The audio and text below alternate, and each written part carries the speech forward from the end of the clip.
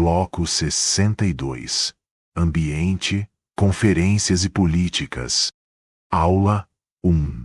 Conferências Mundiais para o Meio Ambiente. Nessa aula vamos falar sobre um tema super importante: as conferências mundiais que discutem o meio ambiente e como elas ajudaram a moldar o que chamamos de desenvolvimento sustentável. Vamos começar lá no início, com a Conferência de Estocolmo em 1972. Essa foi a primeira grande reunião internacional sobre meio ambiente. Pensa bem, antes disso, ninguém discutia globalmente a questão ambiental. Lá, os países se reuniram e criaram 26 princípios fundamentais para proteger o meio ambiente. Foi o pontapé inicial para todas as discussões que viriam depois. Agora, avançando 20 anos, chegamos à famosa Eco 92, ou a Cúpula da Terra, aqui mesmo, no Brasil, no Rio de Janeiro. O objetivo era reforçar o compromisso com o desenvolvimento sustentável e pensar em estratégias globais. Dessa conferência surgiram coisas super importantes. A Agenda 21, que é um plano de ação para o desenvolvimento sustentável, a Convenção sobre Diversidade Biológica e a Convenção Quadro das Nações Unidas sobre Mudanças Climáticas. E o mais incrível, participaram representantes de 178 países. Ou seja, todo mundo estava lá discutindo o futuro do planeta. Um passo seguinte foi o Protocolo de Kyoto em 1997. Esse foi um marco porque, pela primeira vez, países se comprometeram formalmente a reduzir suas emissões de gases de efeito estufa. Cada país desenvolvido tinha metas específicas, baseadas nos níveis de 1990. Então ficou bem claro: é hora de agir contra as mudanças climáticas. Depois disso, em 2002, tivemos o Rio+10 em Joanesburgo. O objetivo aqui era avaliar os progressos desde a Eco 92. O foco? Integrar desenvolvimento econômico e preservação ambiental, e também colocar a erradicação da pobreza no centro das discussões. E 10 anos depois, em 2012, foi a vez do Rio+20. Essa conferência reforçou os compromissos de sustentabilidade e trouxe à tona um conceito que está super em pauta até hoje: a economia verde. Além disso, começou a discussão que daria origem aos Objetivos de Desenvolvimento Sustentável, os ODS, que são metas globais para tornar o mundo mais justo e sustentável. Agora, antes de terminar, vamos lembrar de dois conceitos-chave: desenvolvimento sustentável. Atender às necessidades do presente sem comprometer o futuro das próximas gerações. Agenda 21. Plano global para colocar em prática o desenvolvimento sustentável adotado na Eco 92. E é importante entender também o que são as COPs, Conferências das Partes, que acontecem todo ano e acompanham o progresso das ações contra as mudanças climáticas. Então, resumindo, essas conferências são passos essenciais para o planeta. Elas mostram que o meio ambiente não é só uma questão local, mas um assunto global, que envolve política, economia e sociedade. Aula 2. Conferência Internacionais sobre Meio Ambiente. Agora a gente vai conversar sobre um tema super importante: as conferências internacionais sobre o meio ambiente. Vamos começar lá, em 1972, com a Conferência de Estocolmo. Foi a primeira conferência ambiental organizada pela ONU e contou com a participação de 113 países e centenas de organizações. O grande destaque aqui foi a ideia de que todos têm direito a um ambiente saudável e que o desenvolvimento econômico não pode destruir a natureza. E foi nessa conferência que surgiu o Programa das Nações Unidas para o Meio Ambiente, o famoso PNUMA, que até hoje acompanha ações ambientais pelo mundo. Avançando para 1992, temos a famosa Eco 92, também conhecida como Cúpula da Terra, que aconteceu aqui no Rio de Janeiro. Ela reuniu 172 países e trouxe um documento muito importante, a Agenda 21, que é um plano de ação para o século XXI.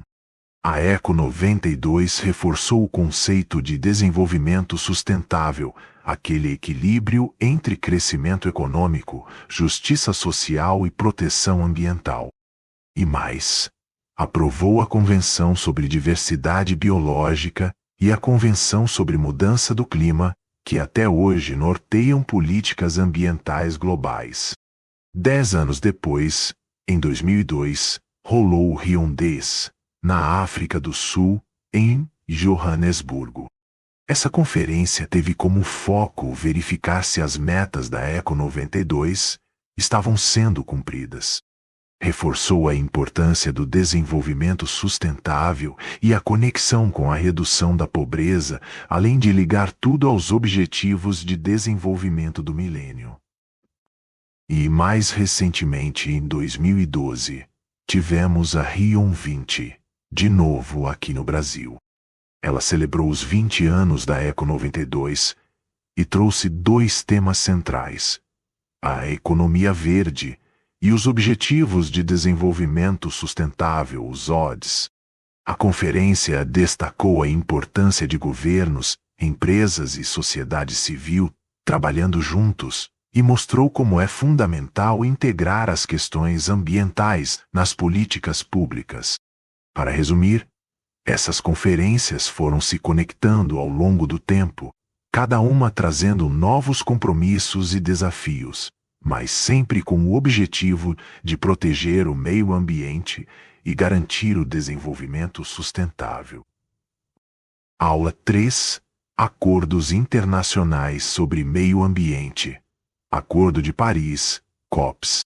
Agora vamos falar sobre um tema super importante: os acordos internacionais sobre meio ambiente, como o Acordo de Paris e as chamadas COPs. Bom, para começar, a gente precisa entender o contexto. Com o aumento da poluição, o desmatamento e as mudanças climáticas, ficou claro que os problemas ambientais não respeitam fronteiras. Ou seja, o que acontece em um país pode afetar todo o planeta. E por isso, surgiu a necessidade de cooperar globalmente para enfrentar esses desafios. Um dos principais acordos nesse sentido é o Acordo de Paris, assinado em 2015.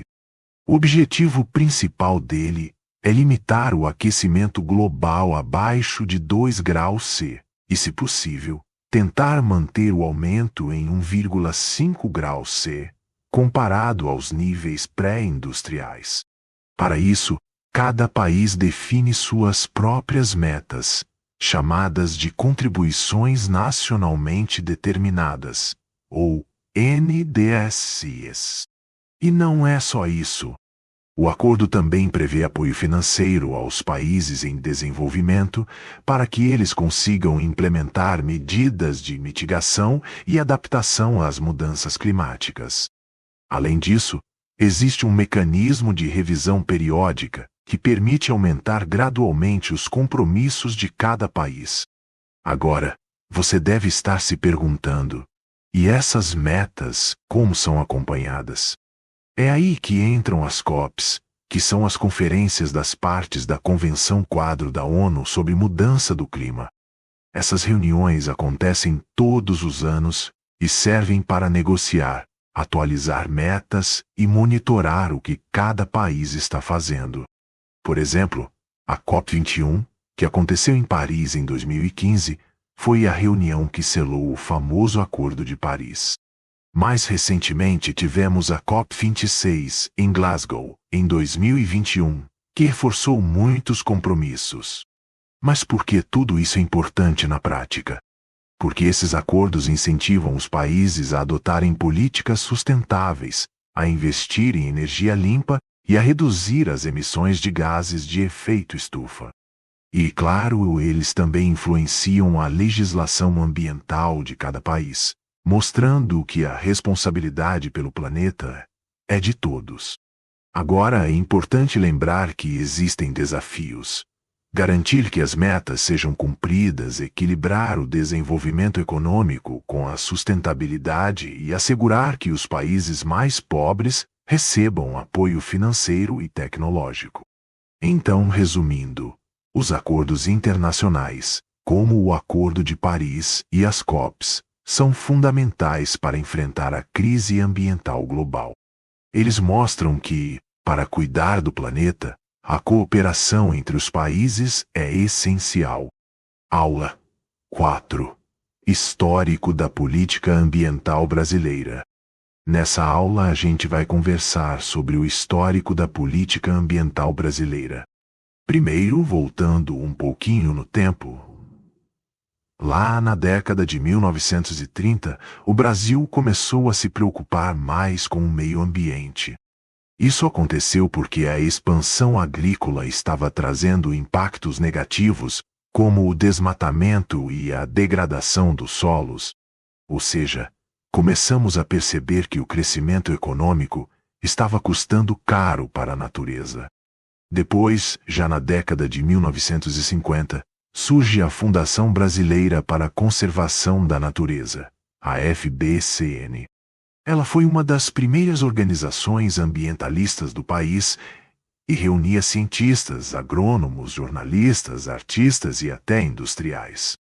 Isso mostra que a preocupação com o ambiente começou a ganhar força em diferentes setores da sociedade.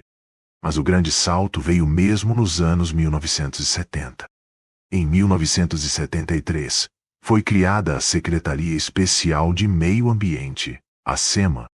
Essa secretaria foi fundamental para dar os primeiros passos em uma gestão mais organizada dos recursos naturais. Avançando um pouco mais, nos anos 1980, o Brasil estrutura de vez a sua política ambiental. É nesse período que surgem o CISNAMA, que é o Sistema Nacional de Meio Ambiente, o CONAMA, que é o Conselho Nacional de Meio Ambiente, e o IBAMA, que vocês já devem conhecer bem. Essas instituições passaram a ter um papel central na fiscalização, nas leis e na preservação. Agora, a gente não pode esquecer do impacto das conferências internacionais. Em 1972, o Brasil participa da Conferência de Estocolmo, o primeiro grande encontro mundial sobre meio ambiente. E, anos depois, em 1992, acontece aqui no Rio de Janeiro a famosa Eco 92. Esse evento foi marcante, porque colocou o desenvolvimento sustentável no centro das discussões globais e resultou na famosa Agenda 21. Outro ponto super importante: em 1981, surge a Política Nacional do Meio Ambiente. E aqui tem um detalhe que costuma aparecer em prova. Essa lei trouxe a ideia de responsabilidade objetiva. O que isso significa? Que as empresas que causarem danos ambientais podem ser responsabilizadas, mesmo sem ter tido a intenção. Daí em diante, vieram novas leis, participação do Ministério Público e até das ONGs, fortalecendo ainda mais a defesa do meio ambiente. Mas claro, o desafio continua. Até hoje enfrentamos problemas como o desmatamento ilegal, especialmente na Amazônia, a perda da biodiversidade e também os efeitos das mudanças climáticas, como a alteração no regime de chuvas e elevação do nível do mar. Ou seja, o histórico da política ambiental brasileira mostra um processo cheio de avanços, mas também de desafios que permanecem até hoje.